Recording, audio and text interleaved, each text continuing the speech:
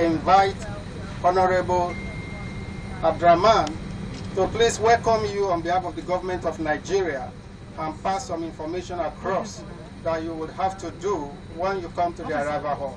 Thank you, the Honorable Sir. We would like to welcome you this morning to Abuja and Nigeria.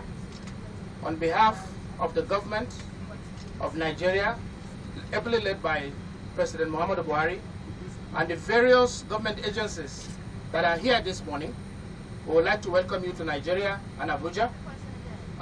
First of all, we would like to thank God for your safety and for God's guidance that you've arrived here in Abuja safely. We would also like to assure you of your comfort and safety throughout the process of receiving you here at the airport and over to your accommodations and destinations. The federal government of Nigeria has made various incentives in place in order to provide your comfort, safety, and your stay here in Abuja while you proceed to your various destinations. In this regard, as you disembark from the aircraft, you are going to first reach the health services, where you are going to be provided with free health services, including free COVID tests. After that, you are going to be provided with some few refreshment and food packs, after which you are now going to proceed to points where the federal government of Nigeria, of course, through the Ministry of Humanitarian Affairs and other able agencies, is going to provide you with $100 each for your welcoming this morning. After that, the Nigerians in Diaspora Commission, in conjunction with MTN, is also going to provide you with free SIM cards with 5,000 naira loaded on all of them in order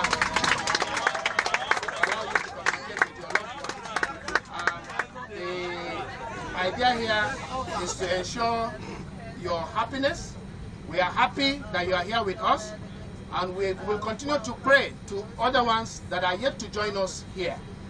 Whatever it is, we are all sincerely appreciative to God that you've landed here safely, and we would like to assure you that we are here to provide you with maximum comfort to the best of our ability. And please, if you have any questions when you come down, there are a lot of crew down here. Ask them, they will provide you with the necessary guidance. Thank you very much. You are welcome to Nigeria.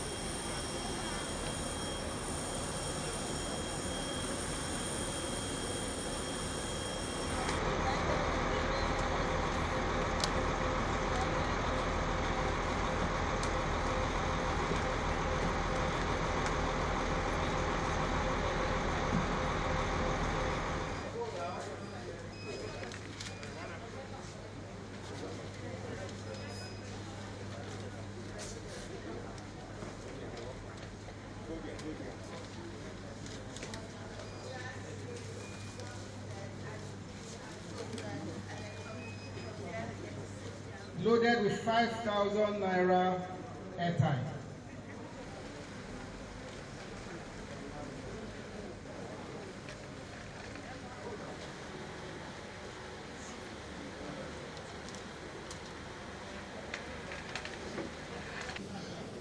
Look for our way out of Lviv, because I stay in the western part of Ukraine, Lviv to be precise.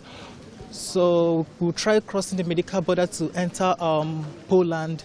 It wasn't easy because the blacks, we Nigerians especially, were restricted from crossing the border, and it was a horrible experience. We have to trek, like I and my friends trekked from Lviv to medical border for 13 hours. We left Lviv around, we started trekking around 8 p.m.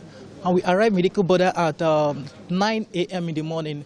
And it wasn't a good experience because we are having our luggages and we are trekking.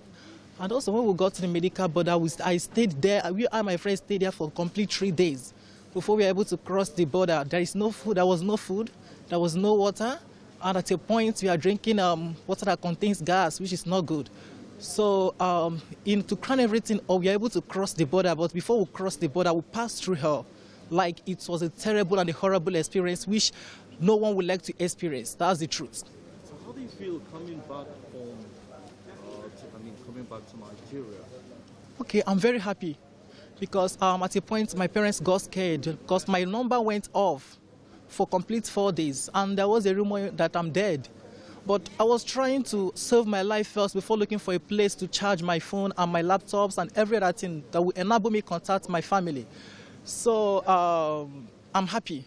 I'm really happy to come back to Nigeria because I can't wait to see my family, I can't wait to see my friends, and I can't wait to see my siblings because for over 4 years I've not set my eyes on them. And had it been I died, I don't know how they are going to feel. I'm happy that I'm in my home country. I'm happy that I'm in Nigeria, and I'm happy that I'm going to see my family this morning. What course were you studying, and what level were you? Okay, I'm studying medicine in Danilo Haliske Lviv National Medical University, Ukraine, a 4th course medical student.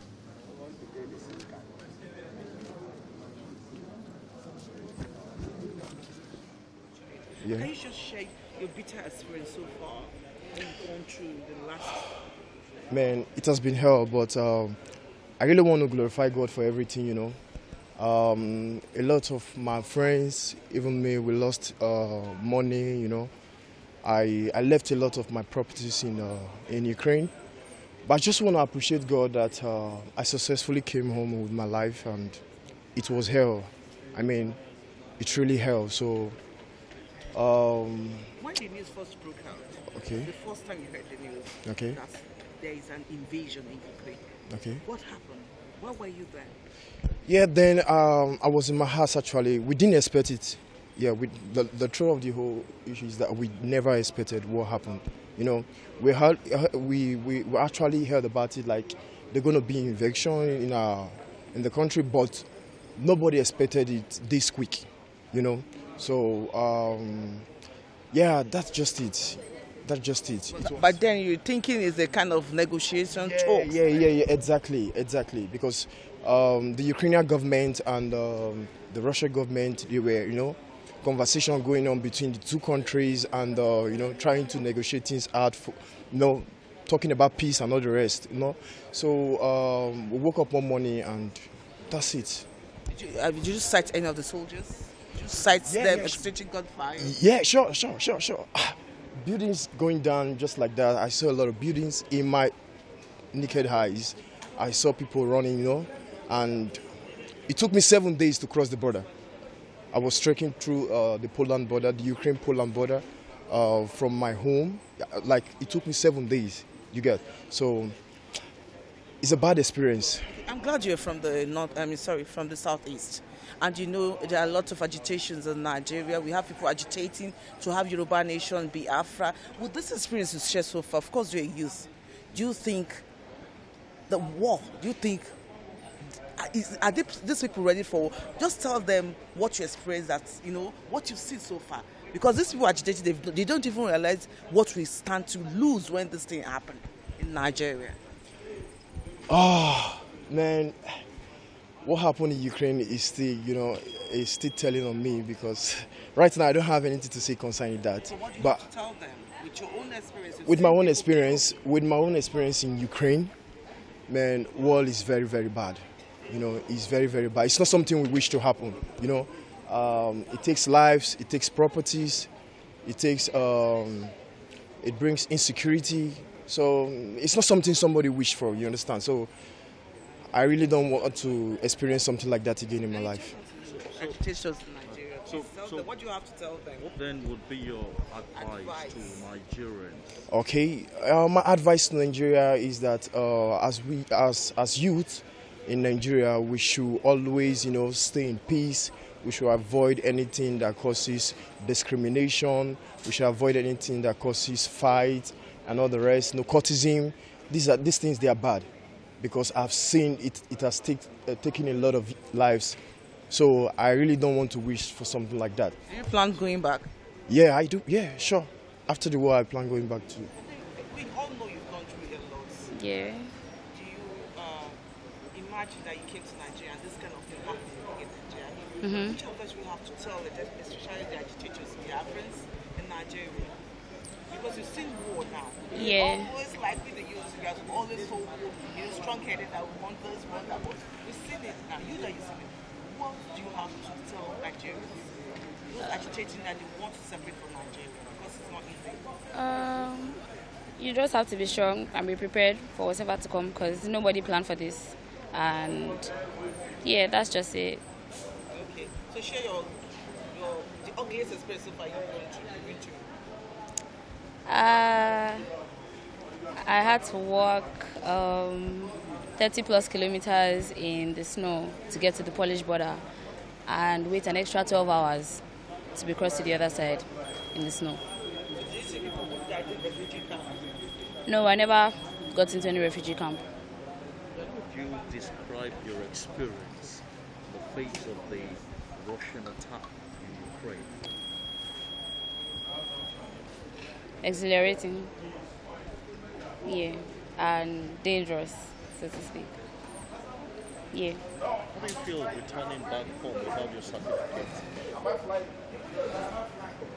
Oh, we will. That's all I know.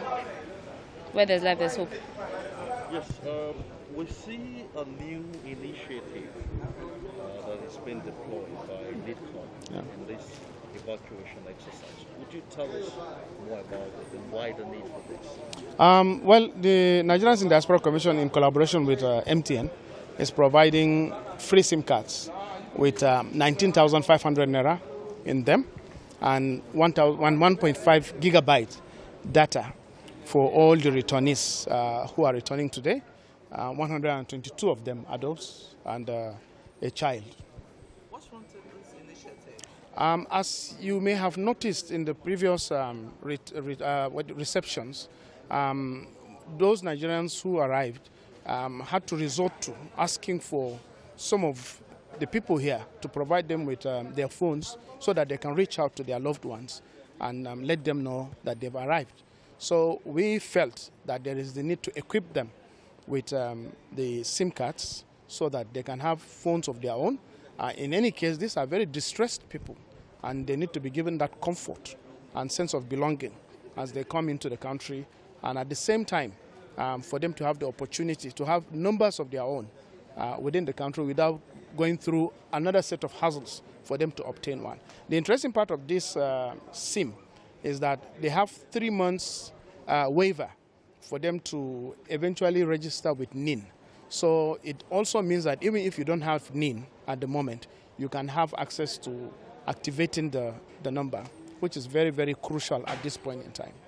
So we also see that besides the SIM card, money has been given to them. Would you shed more light on that? Yes, as you can see on the NEMA desk, $100 is issued to them. Besides that, a hotel accommodation is also available for them as they finish the returning registration processes. So food packs were given to them. Free COVID test was also issued on them. So I think these are various incentives by the federal government of Nigeria, and I believe it's a very commendable effort. We are preparing for the 6th batch. Yes, of course. So as a time to fix for that. Well, we understand it's going to be on Saturday. So, but the time, I believe, will be communicated in due course, depending on the arrangements with the flights, with the carriers and the airports over there. Well, you know that it's always, it's a mobilization case. You understand what I'm saying? Yes. Well, I want to believe it's between 100 and 200 as we proceed. So your designation? I can say I'm very excited to meet my parents because obviously it seemed like most of us were going to die. I was in Kyiv, so it was a lot for me. I'm really excited to meet my parents. I can't wait. Yeah. But how was the experience back in Ukraine? Well, The war, everything, the gunshots, the sounds of bombs, and so on and so forth. Paint a picture of what really happened. well, because this on our side it happened in the night, so it was like a dream. We woke up hearing sounds of bomb, and we thought we were dreaming. until almost everybody started rushing, packing things. We don't even know what we packed. We just took our important documents and took any other thing we could pick, and it was stressful, you know, trying to find a taxi to get us to the train station, then move from different states. So it was really terrible. Yeah. Share with us your experience in Ukraine in the face of the attack by Russian troops. How was it? Okay, we just woke up one morning and we heard the siren. So when we woke up, we were actually very worried because we were meant to go to school that particular day, but then we now got a message that the classes are online. And after that, we were so distracted. Everybody was running to buy food and all. Later on, the siren was getting too much, so they asked us to go to the bunkers. We went to the bunkers. And then around 2 o'clock in midnight, we came out of the bunkers and went back to our apartments. Then the next day, my parents were like, we should go leave Ukraine, so we took the train. In Lviv, there were a lot of people, so everybody was like forcing to enter the train, so they said only women and children, no male on the train. And a lot of women were crying that their husbands, their brothers, so we were just disoriented, and we had to stand for like 3 days on the train before we arrived in the border of Poland and went into Poland.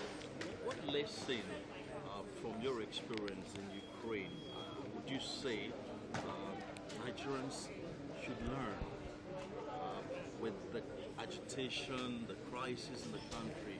What would be your advice for Nigerians? Well, my personal advice is that I'll be ready for anything, emergency situation or not, you should be ready for anything, because when the crisis actually comes, everybody is so disoriented, you will not know what direction to go actually. Are you happy to be? Yes, I am.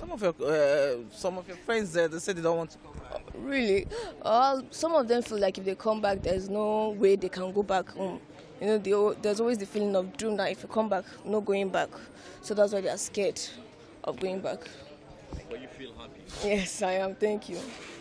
Most of the evacuees have stories to tell, the bitter experiences they went through in Ukraine and how they were able to manage through to Warsaw, where they were eventually evacuated to Nigeria. They feel happy returning back home, but somehow unfulfilled that they are not back with their certificates. Now, this is the 5th batch. At least 1,208 evacuees have returned to Nigeria. In days to come, many more would return.